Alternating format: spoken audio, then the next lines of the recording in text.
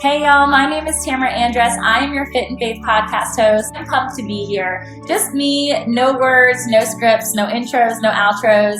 I love authenticity. I hope to breed vulnerability. And I usually do this alongside another dreamer, mover, shaker, entrepreneur, passionista is what I love to call them. If you're a dude, then a dude. But I am loving just coming together in community with other people to share their high and low stories, to share their journeys to comeback, because I believe ultimately that's where God would have us. He would have us on the mountaintop. And even though we learn a ton in the pit and in the valley, God would want us right now, especially in this season of life, in this time of our culture, to shine. And so here I am. I want to teach you how to shine. I want to be alongside you when you get your glow. I want to catapult you into your calling, whatever that is.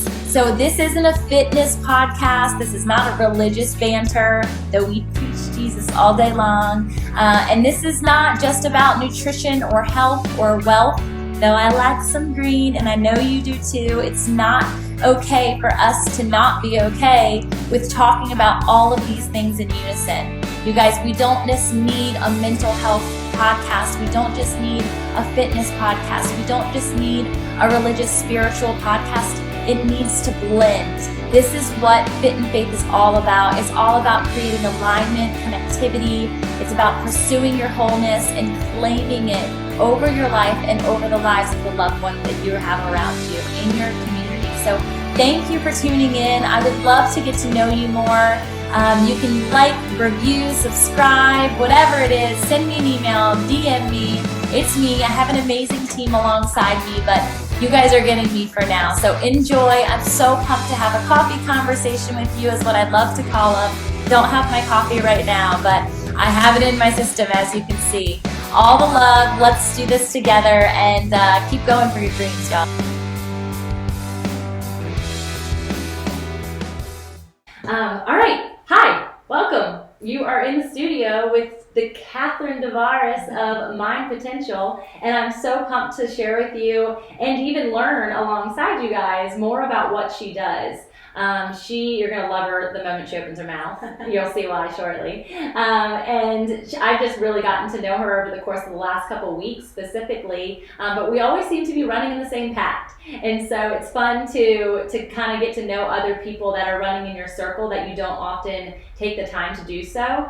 So I really enjoyed our time at getting a smoothie a couple weeks ago and just hearing your story and your why behind what you do. And I'd love for you to kind of just open up with that. Like, why did you get into this and what actually is this? Because I don't think a lot of people can even comprehend. I was going onto your site and onto Facebook and stuff, and I'm like, I knew a little bit more of the back end, but I want people to really grasp hold of it while you're here with us. Okay, that's Welcome. great. Thank you. Yes. Thank you so much for having me. Thank you for inviting me on. Yes. This is the first time I've been live, so I'm a bit like, You can just hang out with me. They're just watching us chat.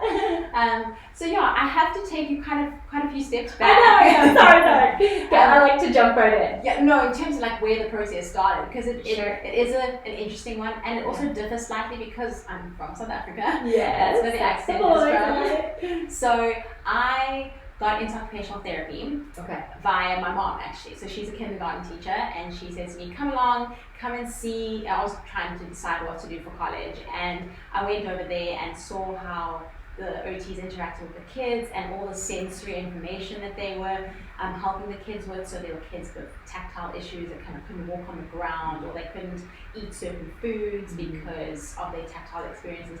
And these OTs would then help integrate all these senses and make them function with humans. Yeah. And I loved this. This was what I needed to do. So I ended up getting into university and pursuing occupational therapy, but I didn't know that the whole mental health component was a component. I knew OT for kids, and I knew OT for physical injuries.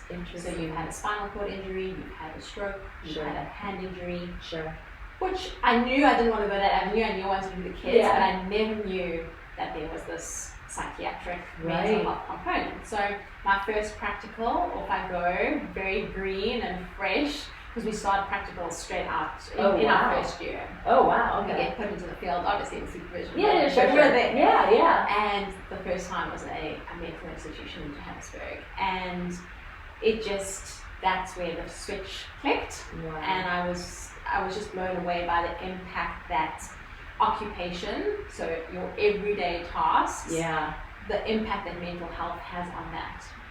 And how even if you do, because there was a guy in there who had an amputee. Yeah. So he had a physical injury, but he had developed a really serious depression because of that physical injury. That makes sense. And often I know back in South Africa, a lot of the healthcare system, it's triage. It's going to treat what needs to be treated, priority wise, and your mental health sometimes and often takes a really big backseat. Absolutely. So second year, third year, fourth year, I kept going back to that same institution. Oh, because you liked it, you have to choose? No, I was just positioned there. How so it was interesting. kind of like the divine intervention, kind of course, I love that. steering me there. Mm-hmm. And then I just kind of, I fell in love with the psychiatric part of things. I had to kind of tell my mom, sorry, I'm not doing pediatrics anymore. But, mental health comes into everything. I did do a little bit of work with pediatrics, with the adolescents actually, which I really love, with mental health and just navigating puberty and how to kind of deal with and being aware of emotions that hit you out of nowhere that no one kind of tells you what to do with. That's so interesting. I feel like that is a huge thing for all the mothers listening for that regard, because even there is a film screening by an Indie Flicks film. It might interest you even to be there, showing at my kid's school in a couple of weeks, and it's called Angst. And it's all about like dealing with anxiety and depression, and there's going to be like a CHKD panel there, so it'll be interesting to see like even that overlap from the psychiatric realm, because it's for middle and high school, like that's where it's geared towards. And I never really, other than when I was in middle school, like I was never around that population of kiddos, and so it's a hard, crazy season from all ends, whether you're living it or you're parenting it or you're just watching it unfold. Well, exactly. And I mean, for me, when I was running the groups, it was so funny because we would kind of meet afterwards to write notes, and we would try and tease out like what is actual adolescent behavior, testing boundaries, figuring stuff out, being angry versus conditions like anxiety, depression, ADHD, interesting, things that can actually impact long term. Sure. So it is very, very interesting. And so after I graduated, I went back to that institution and did 4 years there.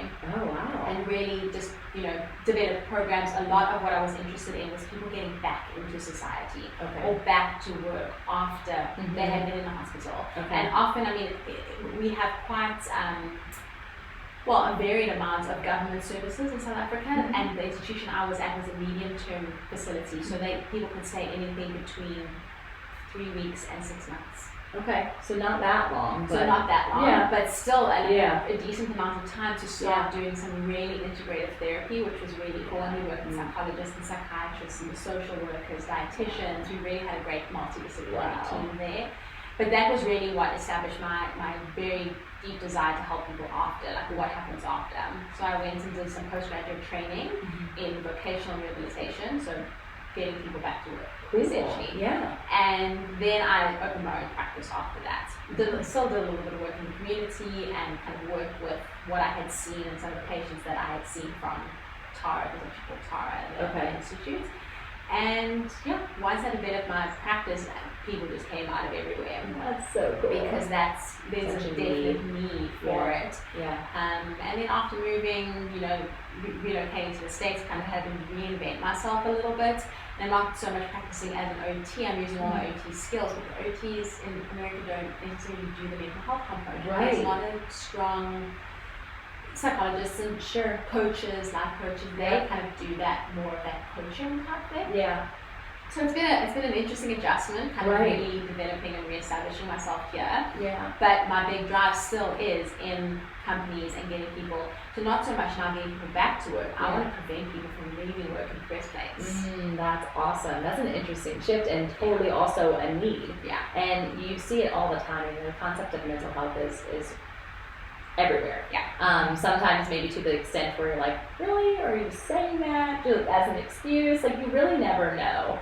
And so for you to do the legwork even prior to that experience is just, I think, it's so critical to getting people there, from the burnout to the isolation to, not really, you can be in an office space with, I've done it before, hundreds of other people and feel completely alone. Oh, yeah. Where then that depression sets in, that am I not good enough? Like, am I the only one that feels alone and everybody else is going to the party? Like, there's just so much taking place in that. So how have you shifted? So you still use OT, you said? Well, I still use my skill set. Like, okay. And I could even try really hard. I could never get rid of it. Like, the way I was trained is so integrated. It's so holistic. I can't see people outside of my framework. Yeah, I love that. I think it's so cool and so needed. So was it hard to get into because nobody's done it, so they weren't familiar with it? Is that why it was hard to like reestablish yourself here?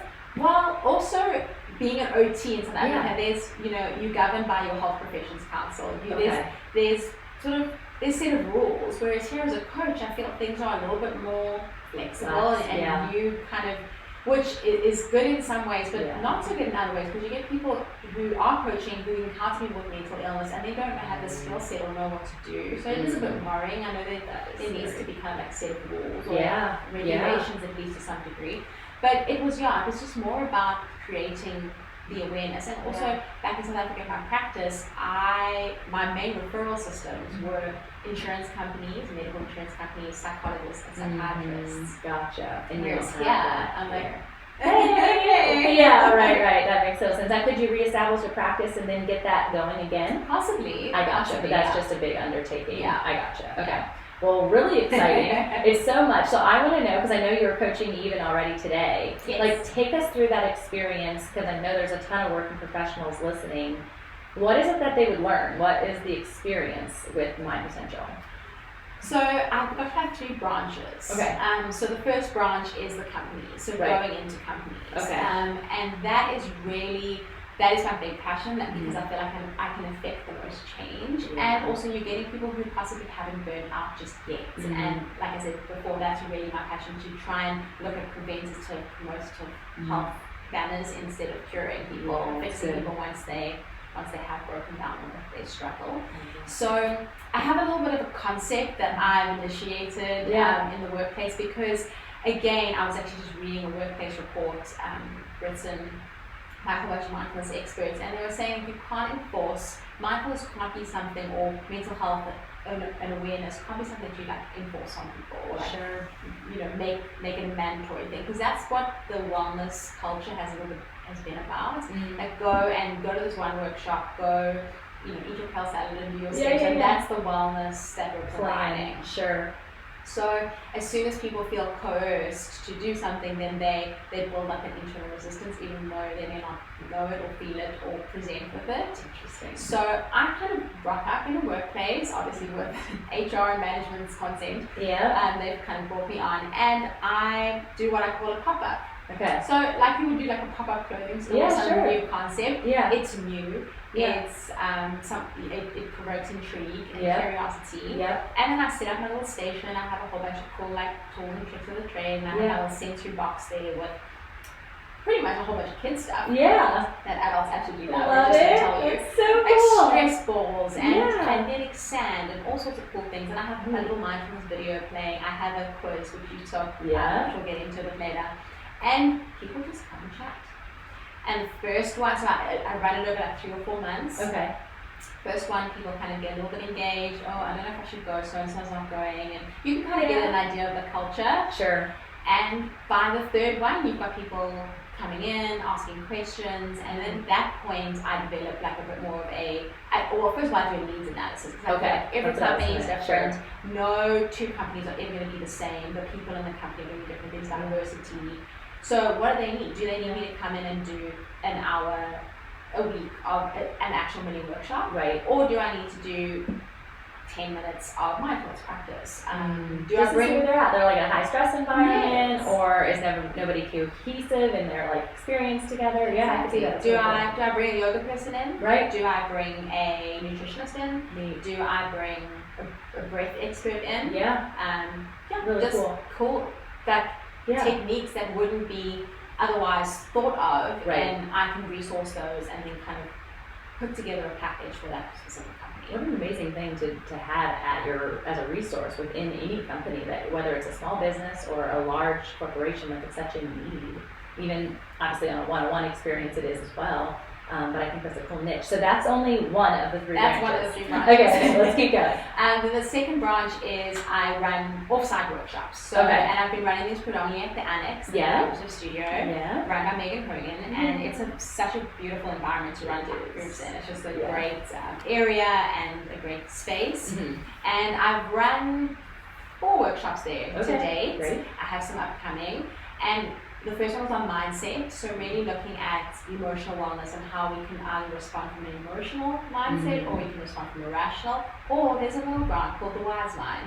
And that's the part where we think about feelings. And it was really my first workshop. It was really high energy, great people attending. And then I've done a workshop on boundaries and communication, which people really enjoyed.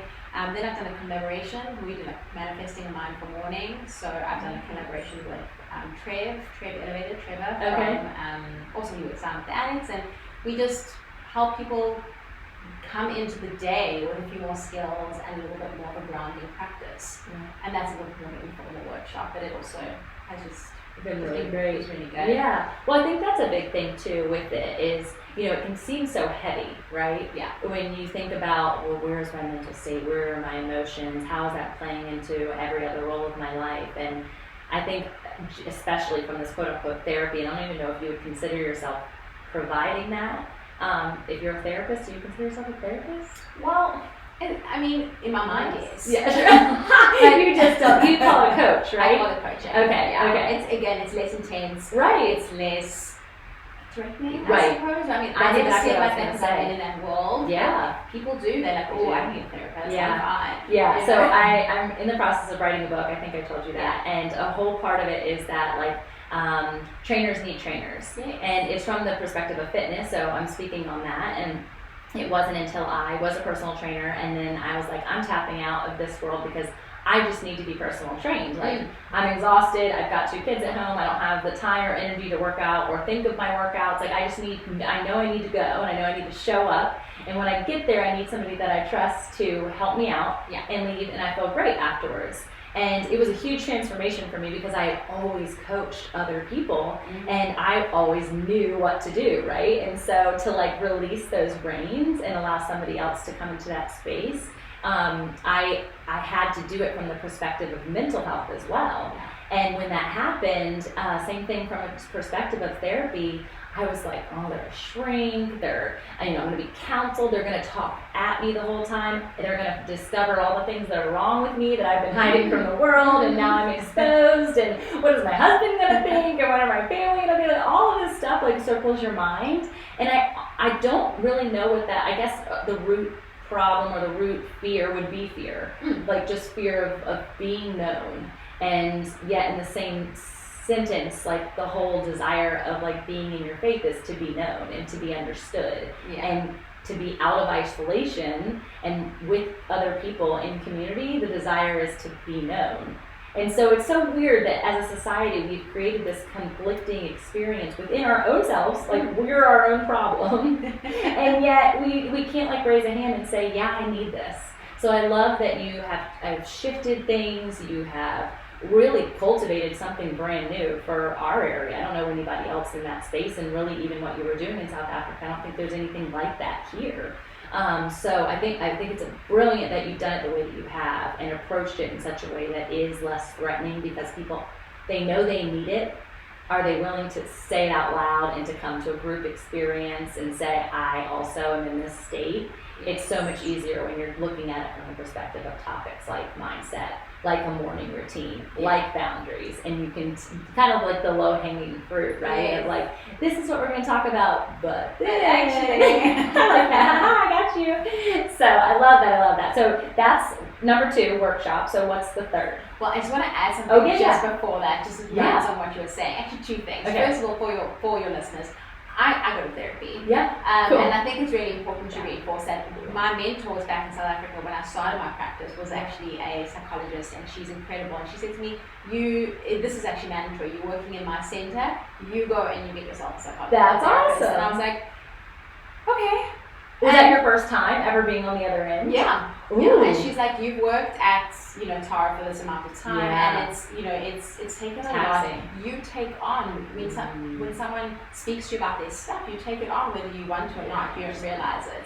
And it was really, really important for me to go through it. Initially, I was like, I'm just going so that I can debrief. And then all this other stuff starts coming up, and you realize, okay, that's what this is about. Right. And she understood before I understood. And that's how I feel about therapy now. Like, I'm the first to raise my hand and be like, yes, this is needed. Yes, it's okay. Like, break down the fundamentals of the fact that, like, there shouldn't be fear around it. It's literally just somebody, they actually don't even really talk. Like, they don't really do anything. They mirror. They don't reflect. I just heard myself laughing. But yeah, they are. That's back good. to you. Yeah. Like you don't go to the gym because you're overweight and on the verge of a heart attack. You go to keep fit. Yeah, right? that's good. So that's why really wouldn't you do the same type of thing for your brain? Yeah, that's really cool.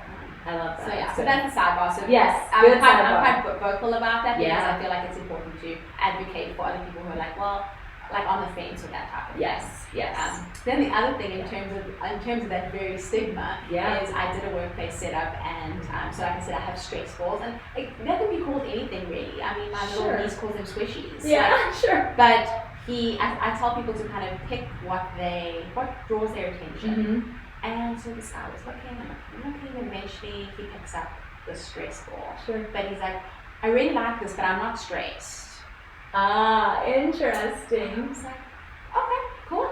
I mean, I downplay it a lot when I'm in those engagements, but when he came back the third time, he was telling me what he was stressed about, and it's so interesting because here I was this person outside of the workplace, and there's a stigma around, well, if I pick up a stress ball, then I'm stressed, then I'm not coping, then I'm probably gonna be fired. Like that's literally it's like the train of thought. And it was just a really interesting moment for me to be like, this is how almost 80 to 90% of people feel. Right, and especially I think men. And I didn't just say it from the perspective of like my father and from my husband, and those are the two men that I'm in like close community with. Mm-hmm. But I can see it. And as a woman, like it's our desire, like I'm open. I'm like, here you go. This is my problem. I need to talk it out, okay? And I'll be like, is everything okay? Like or you can watch like even their reaction to things, and same thing. Like I'm not stressed. I'm good. Okay.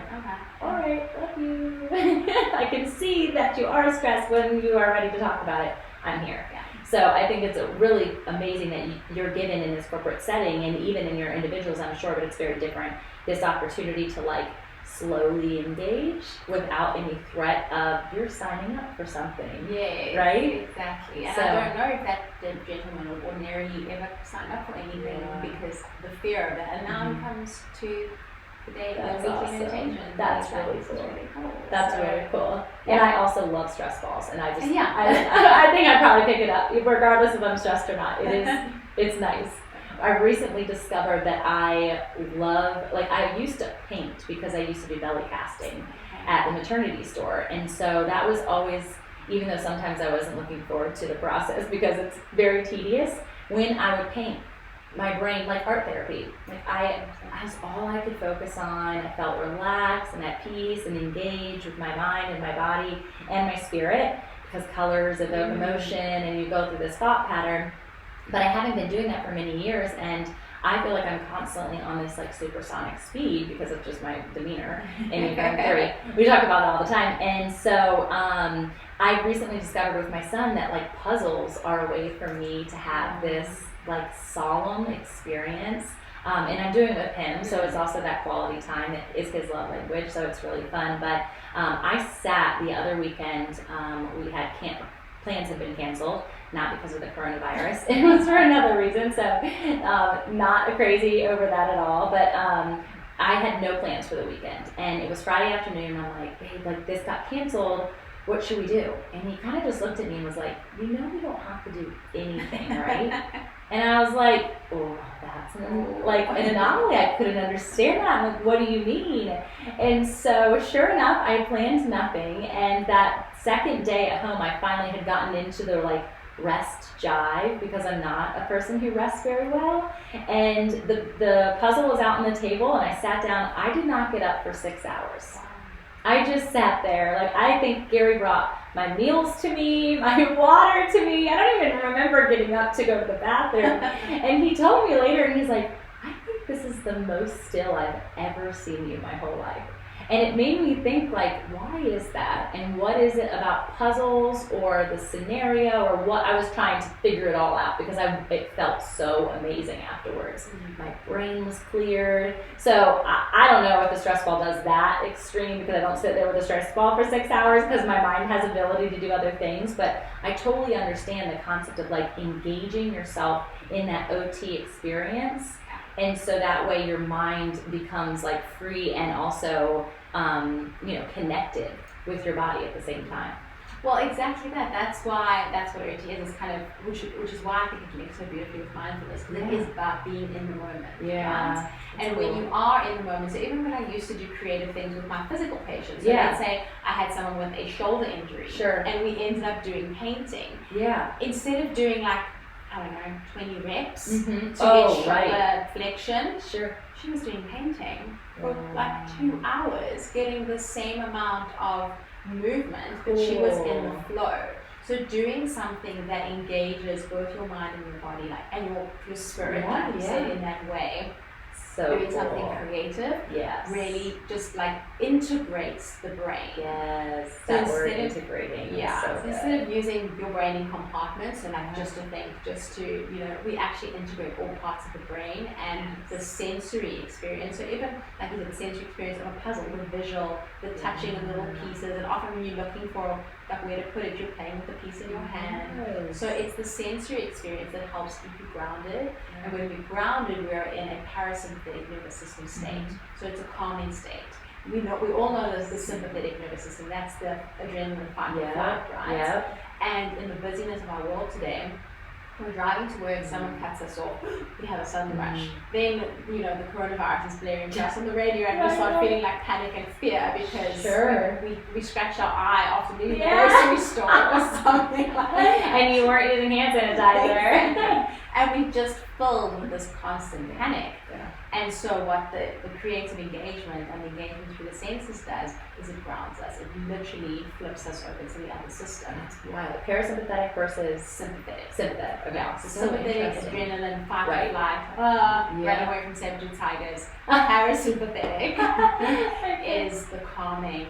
Interesting. It's what breathing does. It's what yoga does. It's what all creative things do. Really neat. And I always talk to my girls who are our business coach, advocates and entrepreneurs, passionates, that I believe we're all creative. Oh, every single person has that creative flair, and it's not necessarily quote unquote artistic.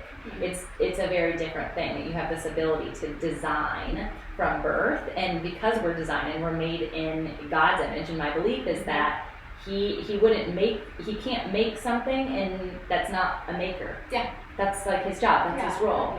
And so I think it's really cool when people can tap into what that is, what ignites them in that space. And so now I have this super smart wording for parasympathetic. You're tapping into your parasympathetic nervous system. I'm so proud of you. You're who are you? So cool. Okay, so is that it on 2 for workshops? Yes. Okay, yes. What's the next one? So the last one is the one-on-ones. Okay, sure. Yeah. Sure. And I really, really do love that. I mean, you can just work really detailed and individualized with people. I love seeing the process. I mean, I think that's what took me into the medical field in the first place, the healing field, so to speak, is just to be able to see people affect change in their own lives. And I'm a guidance and a facilitator. There's no, I suppose that's where I grapple with the whole coaching thing, because I'm not screaming at them from the sidelines, do this, here's your 5-step plan. I don't believe in 5-step plans. I don't believe in one size fits all. So it does then turn into more like a guided therapy process, just based on my knowledge and experience. But it takes on whatever form that person needs. That's amazing. I think that's super wise on your end, and also probably why the change is so evident, because it is so individualized. It's so important. And I think that there's so many things that you can see, and we're inundated online, and even from a mindfulness space of, the 5 tips and tricks to fix your breathing or whatever it be. And it's not to say that those tips and tricks don't help, but like it's not the cure-all. No. Right? No. And so to give them this full immersion experience where they are tapping into other realms than just their mind, I think that is just really cool. I would love to see. I'm curious what my therapist would do if I was like, hey, can we engage my body? Yeah. Give me something to play with. She would be like, what is wrong with you? Focus. Maybe not. Dr. Tix has been on the, she's been on the show before and she's amazing. So maybe I'm gonna throw it out to him. But I love it. So I see this now from this. I got to be a little guinea pig prior to coming on the show. So I want them to understand, like, when do you use this quiz? I took a quiz, y'all. Yes. Don't worry, it wasn't hard. I didn't have to engage my brain too hard. It was a picture quiz, so it made it super simple. Yeah, it's very simple. And it was, 3 minutes probably? 2 minutes? Well, yeah, they give you a timer. Yeah. So I'm going to backtrack a little bit because I need to give credit to this quiz and to the whole process that I'm going to tell you about. Because it's one of my mentors in South Africa. Okay. Her name is Dr. Anne-Marie Lombard. Okay. And she initially started off as a pediatric OT. So she was doing the work that I was kind of initially thought I would be doing. And she did this for 20 years. She helped with the integration of millions of kids, thousands of kids. And what she ended up seeing was that the parents of the kids sometimes had also little odd traits and things that they hadn't maybe integrated as kids. Because not everyone needs to go to OT. Right. You know, if your kid just doesn't eat squash, that's okay. Are they eating other soft foods? Great. Yeah, You know, kids who go to OT when they're little really have difficulties integrating their extensions. They can't be on swings because their vestibular system is all over the place. So, you know, I'm tactile seeking. I enjoy lots of tactile senses. It doesn't mean I need to go to OT as a kid. Right. You know, it just kind of is the way our system is processed. Yeah. So she began seeing that and then decided to do her PhD. And she developed the sensory profile for adults. Cool. Okay.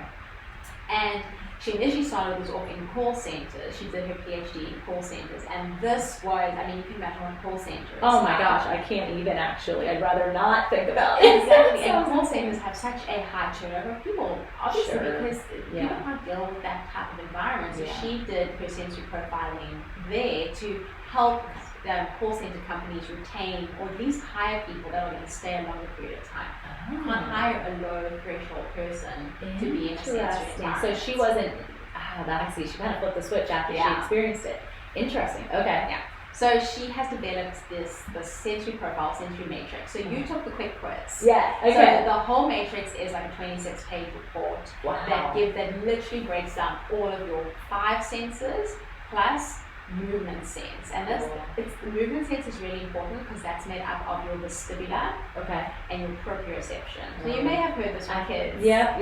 Not the second one, I don't think. So vestibular is in your inner ear and it kind of keeps you upright. It's your GPS system. Oh, interesting. Kind of like where am I balance, balance, that type of thing. Whereas your proprioception is the message that you're getting from your muscles and your bones. So that is, we call it the body sense. Okay. So that's how you can navigate from your bed to the bathroom. Interesting. Without bumping into anything. Because your body is getting feedback from the floor, from the wall, like you're getting information basically. So I mean, unless there's like a Lego toy and that could happen. Your body can't predict that. But for the most part, it's kind of what keeps you orientated to where your body is in space. Okay, interesting. So you get this, you take, you know, the whole quiz and the questionnaire, and basically what the short of the questionnaire is, and I think for your listeners, we can maybe link it and they can do the quick quiz. Yeah, that'd be awesome. Is you kind of get an idea of your threshold. Okay. Now, let me explain thresholds quickly. So our brain is busy processing a million different things at one time. Yeah. And it all goes through the central processing system in the brain. I call it grand central section. Okay. It's the hippocampus for people who are technical. Yeah. And basically what it does is it screens out all the information that we don't really need. Okay. So what I need to be doing, I need to be looking at you right now, listening to your questions, be aware of the microphone. Those are the primary things, my priorities right now. Yeah. There are other things going on. I'm sitting on a chair, I have clothes on. There's all of that sensory input. Our skin is the biggest sense organ we have. So if we didn't habituate certain sensory experiences, we'd be paralyzed. We wouldn't be able to do anything. Handle it, And so it's a survival technique that our brain has done to try and zone out the things we don't. The things that are familiar, comfortable, easy, normal, those types of things. Interesting. However, if there is a loud bang, our brain is programmed to be like, take cover, what is that? Are we in danger? But those thresholds vary from person to person. Sure. So we could be someone, so high thresholds are people who need more input in order to respond. Okay. They need more stuff coming in in order to activate. So there are people who could like have the popcorn brigade like behind them and still be doing something. Sure. Kind of listening to the movie and then you turn to them and like, oh my gosh, can you hear that? I need this if I was like I could wear this hat when I'm momming. This would be really helpful. I'm not high threshold, you'll learn in a minute. But that would be really great because my children, I'm like, Exactly. And so they might be the people who are, adrenaline junkies. They like to do lots of like intense things or like to go to markets and concerts. You can still also be medium or low threshold and go to a concert. Sure. But it's, again, you could be on the extremes and you could also kind of be somewhere in the middle. This is a profile, so it's not going to tell you like what you do and don't like. And that's why in one-on-one consulting, we then take this 20-page report and customize it to your life, to your workplace, to your car, to your to everything, to your kids. This would be so like necessary. I'm just thinking about when I did like my college, my freshman year of college, and I had no idea what I was going to do with my life. I knew a lot of the passions that I had, but I didn't know like what am I supposed to choose here. Like my dad wants me to be a doctor. He didn't. I'm just kidding. But like this person wants me to do this. This person wants me to do like what do I want to do? And so I did like all the like personality testing and like how that related to what job or what degree I should follow. This would be amazing because that doesn't take into consideration any of my mental or physical needs. Well, maybe my mental, but not my physical or emotional needs. Definitely no threshold experience. No. Yeah, because you could get into a position and you're like, oh my gosh, I can't handle this. So I could have gone into being a doctor, absolutely loved the field, loved medicine, loved the concepts, but then not been able to work in the ER. Yes. Right? Yes. I needed to go into like stem cell research. Right? That's a wonderful example. Thank you. Exactly. Yeah. Like nail on Good. But that's not me. I'm none of those things. But just to like think of it from that perspective, I just think it'd be incredible if you could do this with high schools, like graduating high schools. I'm just throwing out ideas. Yeah. No, that's so cool. Exactly it. And often, I mean, she talks about a lot of stuff in her book that she wrote, Sensory Intelligence, around people changing their jobs. I mean, we don't always have the luxury to do that, but often, just the commute to work can be the most sensory overwhelming experience people can have. Interesting. And it was actually funny on one of my Instagram stories the other day. I was at the grocery store and I walked past this car and there was this big fuzzy cover on the steering wheel. I'm like, high threshold sensory seeking person. Right? Because they love that. Yeah. That's exactly what it is. And I actually did this with a client. Is her commute to work was one of the most stressful things that she could manage. She had other emotional triggers around trauma with driving. She had a few accidents. But she was also low threshold. Yeah. So you have to get to work. In South Africa, there isn't a really good public transport system. So you have to be in your car. Yeah. So we had to make this car a safe space for her. And so we actually did not even get a full fuzzy steering wheel cover, but it was one with a little bit of like a gel cover on it, so she could kind of grab like a stress ball, but in your hands. Cool. We made sure that she either had a playlist or a podcast that she was listening to. She had a drink, but it had to be out of a straw because the sucking reflex when you're a baby and you suck your thumb, that is a primitive reflex. And what it does what does the baby do when they suck their thumb? They calm down. So that reflex is the same throughout our lives. Wow. So when you drink through a straw or you do a breathing technique, we kind of when you suck through your mouth, it's the same calming effect. That's really neat. So I love learning new things. So we had that as opposed to just a normal drink. Yeah. What else did we have? That's really cool. In winter we had seat warmers, so it kind of gave like a safe space. So there were just a few things. And so we can't change everything about our lives, but we can make things a little bit more manageable and a little bit better. Really. And that's where that one-on-one coaching really comes into play. Like, because you can give these ideas in a group setting and you're like, oh, that's me, I should try that. Are they actually going to do it? Are they going to implement it? Do they know how to do it? Yeah, really cool. Yeah. So that's the thresholds. Yes. I love it. Okay, so we did the high threshold. So the low threshold are people who need less. Oh, right. Okay. And they're the people who come across as anxiety looks a lot like low threshold. Because if you think about it, it's someone who's like very uncomfortable in the environment that they're in. And so they're people who would benefit working from home once a week, possibly. Or, and that's the thing when I'm working in the workplace as well. If you have a really like forward-thinking company and we can do sensory profiles with all their employees, then you can see like the person who is coming to work and is low threshold and you're not allowing them to do a day at home, they're actually 40% less productive. I was just going to say that. I said this yesterday because I got to work at home at the beginning of this week because my little guy was sick. And I like people and I'm happy being around people, but I am so much more productive when I'm not around people because there's not like the, hey, how was your weekend? Hey, what's going on? Hey, did you see that thing this morning? And I'm like always distracted.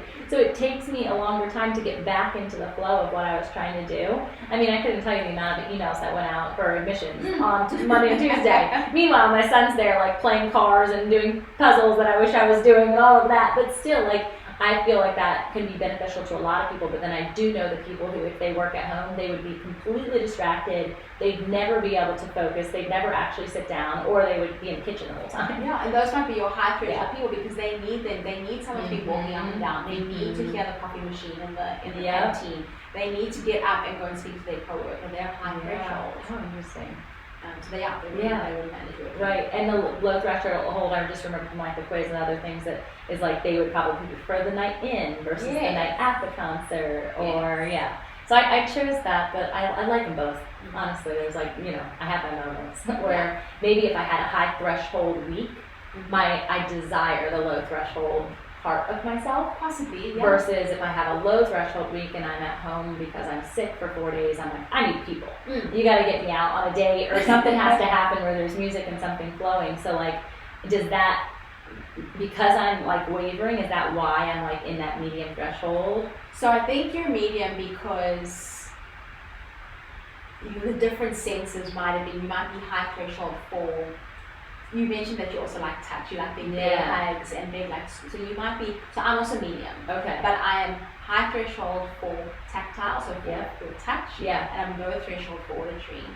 Interesting. So it balances it out. Yeah. So low threshold for auditory is I can't, like if I'm having a meaningful conversation, I can work in a coffee shop, if I'm having a meaningful conversation where I need to concentrate, it needs to be dead quiet. But I can work with background noise, but if there's background noise and there's someone speaking on the phone or there's a baby crying, then I'm not happening. Thrown. I get my whole concentration's out of whack. Yeah. But if it's just like, people chit-chatting in the coffee machine going, I can pretty much work past that. Yeah. But so that's why you're medium, because there's other senses that have kind of like balanced themselves out. Sure.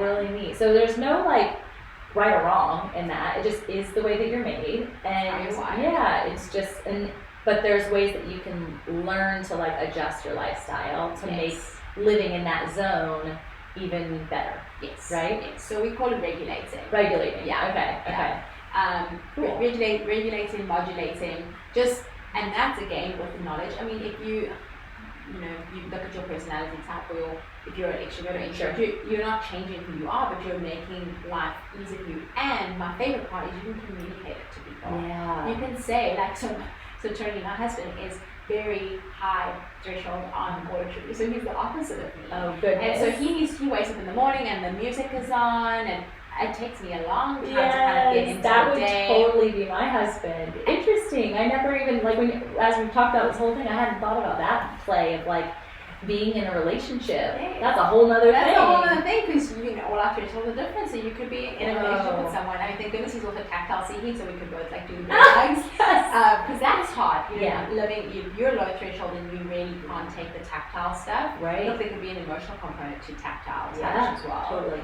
But if someone is very high seeking and then you're feeling unloved or lonely because you're not getting that affection, there's just so this whole thing could go just into like marriage or relationship coaching, if that was somebody's interest, right? Yeah, that's really interesting. I mean, I feel like with this tool that could be integrated into those spaces. That's one of the things that I go to therapy for is relationships. So I'm like thinking about like, oh wow, like this could really be integrated into my understanding. Because we do like the love languages, which you've heard of, which kind of with that sensory is that physical touch realm. Yeah. But Yeah, my husband's the same. He's listening to the music super loud. The kids are singing, they're playing, he's cooking, and I walk in, and with my eyes, it's the most beautiful experience. Yes.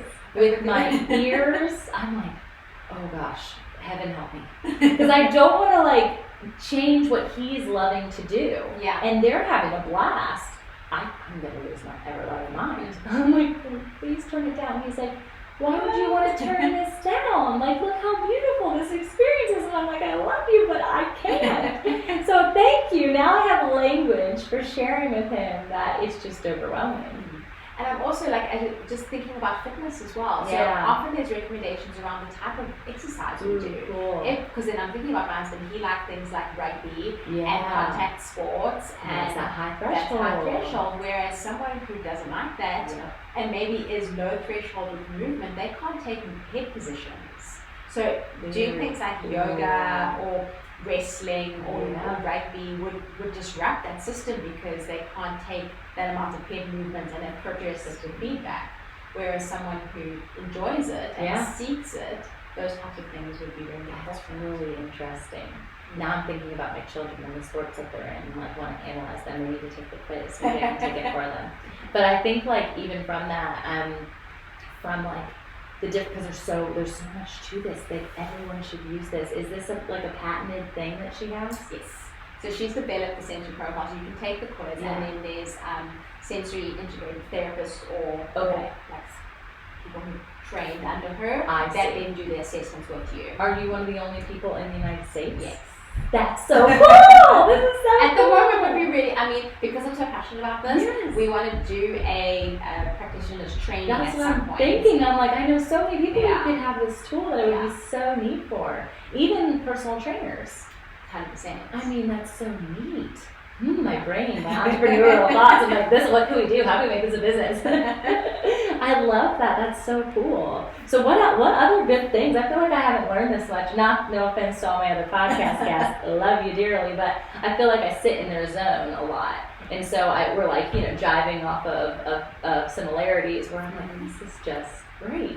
What else can you teach me? Well, I mean, again, like you said, there's so much to it. So she, Anne-Marie Lombard talks about, her rule is take 5. Okay. She's got this little hand in her book all the time. Okay, cool. It's 5 seconds, Okay. 5 minutes, Okay. 5 hours, 5 days. So 5 seconds is your deep breath in. Yeah. So if your sensory system is overloaded, what's that going to look like? So we said it could look like anxiety, it could look like boredom. Because if your sensory system is underloaded, you're not getting enough input to act. So you're lethargic, you're bored, you're considered lazy. Yeah. No, you're just not getting enough stimulation to get you to that. It's almost like getting to that like just right spot. Yeah. And then you feel engaged and ready to act. Yes. So that's the one. So she says like take 5. Sometimes you need to take 5 days. You Yeah. need to take a break Sure, and pause and move away. Yeah. But she also talks about sensory snacks, Okay. sensory diets, and then your sensory environment. So this is again all the information that you get in the assessment. But your sensory snacks are not always food snacks, but they can be. Yeah. But it's literally having little things around that just give you that little short little break. So if it is a stress ball or a squishy, if it is some nuts, if it is a sippy cup, so you're doing that movement. What else? There's just tons and tons of things to recommend. But the sensory diets are then, as you would like a diet or a fitness regime, things that you put in place that are continuous. So either a weekly basis or a daily basis or whatever it be. The snack can be whenever. You grab a snack when you need it. And that's kind of what I do with my individual clients, is we kind of make like a toolkit full of snacks. And so you can draw on those, you can pull them out for the day, you're going to a really stressful meeting, or you know that kids on spring break or whatever, and there's a lot going on, and so you have those little snacks ready so that you just like you would a snack when you're eating to keep your blood sugar levels normal. It's the same thing. Your sensory system can be kept at a nice, regular, medium threshold for the most part if you can kind of regulate your environment. So that's the snacks. Then the sensory breaks, I like to say, look, I'm tactile seeking. Massages are great for me. It's not just the whole experience of it being relaxing. It's actually the tension on my muscles and the pulling of the muscles away from the bone and away from other muscles that are actually feedbacking giving feedback Sure. to my system that helps me down-regulate. It helps with the parasympathetic nervous system, which switches me over to that. Yeah. So obviously, if you can, but I'm have gonna use that too for regular. my husband. By the way, this is for my parasympathetic nervous system. I have to go get a massage right now. Or pedicure. Or pedicure. Something that's good. Like I do love pedicures. I do love pedicures. Yeah. Or having a day out, so out in nature where you can feel grounded. So if you are at sensory seeking, and even if you're low threshold, maybe just having a quiet day in nature, so going to the state park here in the beach and just chilling out, or going to the beach, maybe not in the middle of summer, but sitting quietly and just maybe sitting on a towel if you're low threshold, but just being in nature is really, really important. Yeah. And then the sensory environment. So how is your workplace set up? Sometimes it could be just bringing earphones to work, noise cancelling earphones or earplugs if you're low threshold, or having that sippy cup and some mints on the table if you're high threshold. Obviously, if again we're looking at great forward-thinking companies, you can make big adaptations. People can move their desks. Yeah, I was gonna say the standing desk was what I was thinking about. Or Yes. I feel like my kids' school. I don't know why I always go back to this. This place is amazing. I didn't even realize it honestly at some time. I mean, I know that they're great, I need to come but visit. oh my gosh, like to think about like having the bouncy ball chairs, or instead of them having to sit at their desk, they sit on the floor, or the different types of coloring or writing materials that they can use. I mean, they're engaging this in so many different ways. So I know that the educators as a whole probably get this PD experience where they're learning about how do I help these tactile children. And I think that it's becoming more of a need because of the rise in autism and different, unfortunate changes that the society is taking from an adaptation perspective. But it's really interesting. I think it's so cool.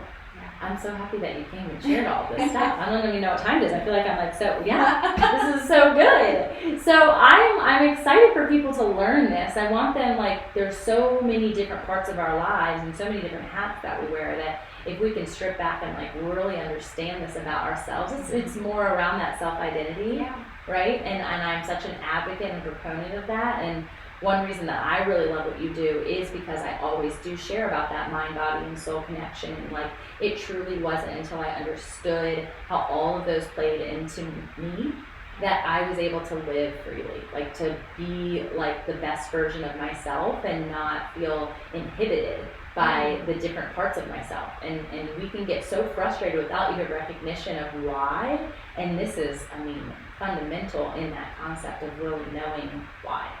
Or feeling bad about things. Yeah, sure. Part of the mindfulness is non-judgment. Yeah. And we get so caught up in, and usually your high thresholds are the people who are looked up to. Oh, the go-go-goes. They're always on the go, they're always busy, but, they also can lead to burnout really quickly. Yeah. And then as a low threshold or, someone who has low threshold tendencies, you're like, oh, well, should be like that. And no, you're wired that way, and you provide a different sense of depth and intentionality. Not that the high thresholds don't, but every component makes up the workforce, the family, the home unit, your friendship circles, and just owning those parts of yourself as meaningful, powerful, authentic. It's just really important. I'm curious because you mentioned the friendship space, and I obviously had talked about the relationship of parenting and the relationship of marriage, but from a friendship perspective, have you ever, or Annie, is that her name right? Anne Anne-Marie. Anne-Marie. Has she ever done any study around if you're this, then you're likely attracted towards this?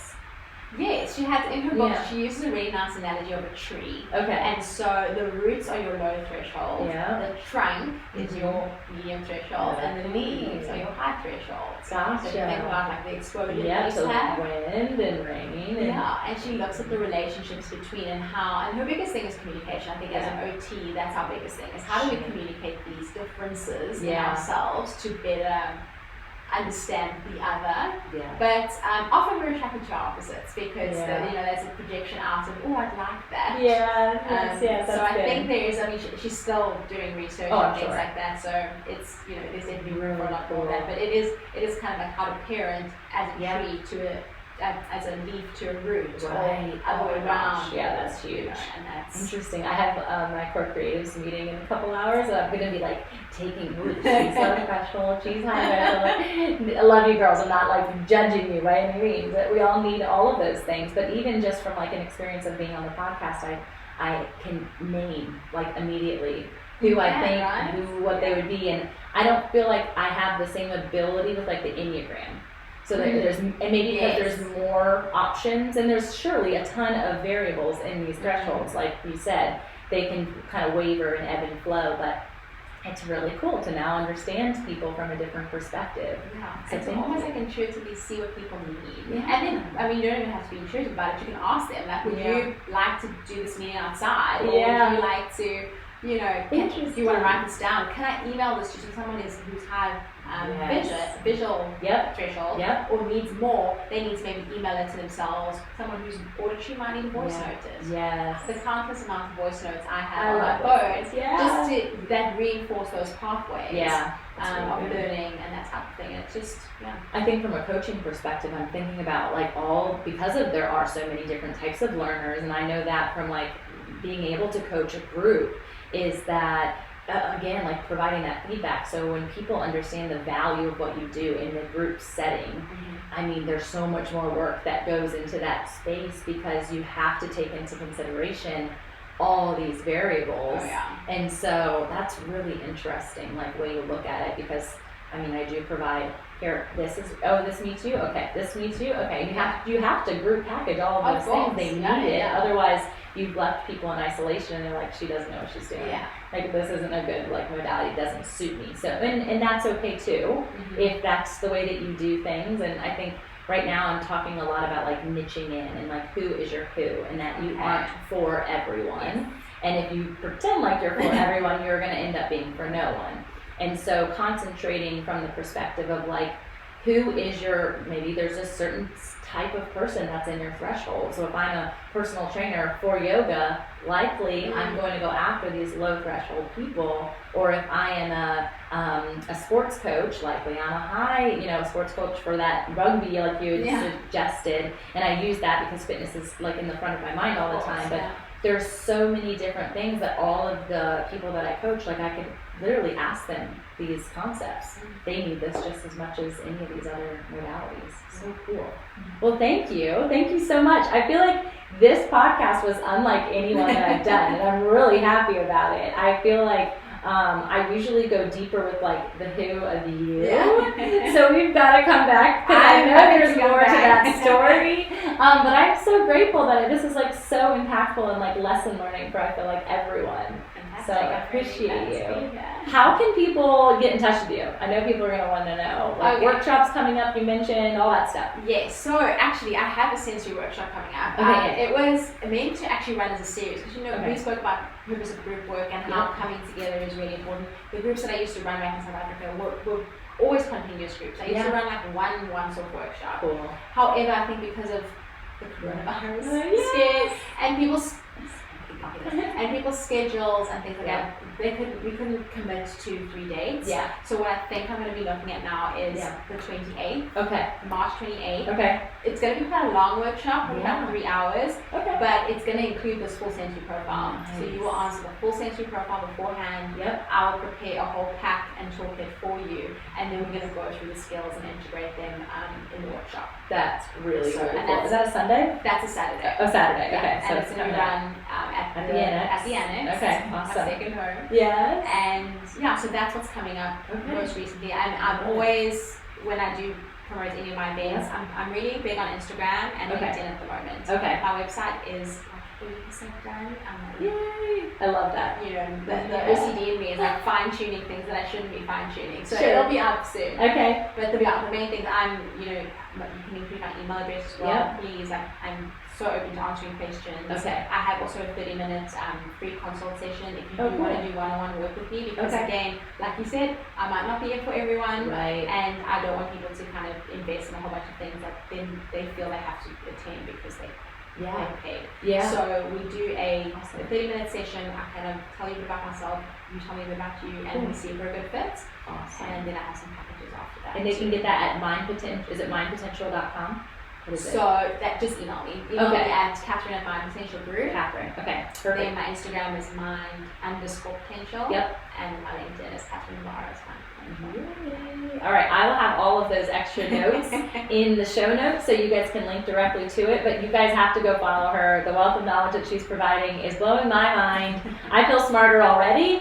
So I hope you enjoyed this. You guys have an awesome Thursday evening and stay healthy, I guess we should recommend. Yeah, stay clean. Yes, stay clean. Yeah, thanks so much for being here, Catherine. It was a Thank you pleasure. for having me. Yeah, it was awesome. I'm Tamra Andress. I'm your Fit and Faith host, and I am so excited to just be here to share with you other movers, dreamers, shakers, entrepreneurs, pastors, whatever. If you've got a head and you've got a heart, I'm so excited to explore who that is, whose you are, and discover your wholeness, your health, your wealth, and your joy. I love to exude happiness. I want people to know that this is not, this came with trial. You guys, this came with a lot of effort. This came with a lot of lows and so many highs. And I want us to experience those together. This is a real community of dreamers, and I'm excited to help catapult your calling, your kingdom experience, the purpose of your imprint on the world, wherever, however that is. So come along for the ride. I'm excited to chat with you. Like, comment, review, send me a DM, send me an email. It's me responding, even though I have an incredible team. And so I'm just excited to get to know you. Let's connect, let's create community, and let's walk in our calling.